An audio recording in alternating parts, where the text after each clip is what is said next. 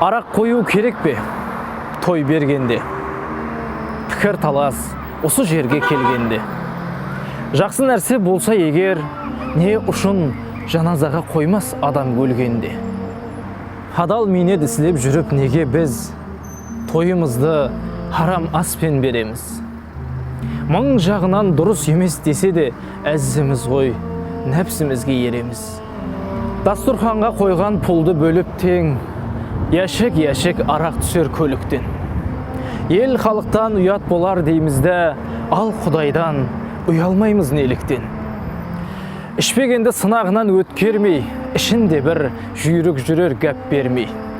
Жасылар үшін алың дейді, тап Алла арақ үшін бақыт көде еткендей. Бақты болып ашылған соң маңлайы, перзент үшін той бергенде арнайы, балам, бұннан аулақ жүр деп айтуға, әкелердің жетпей жүрме жағдайы.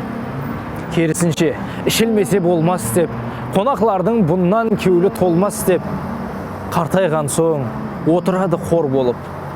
Неге балам, ішімлікке жолдас деп.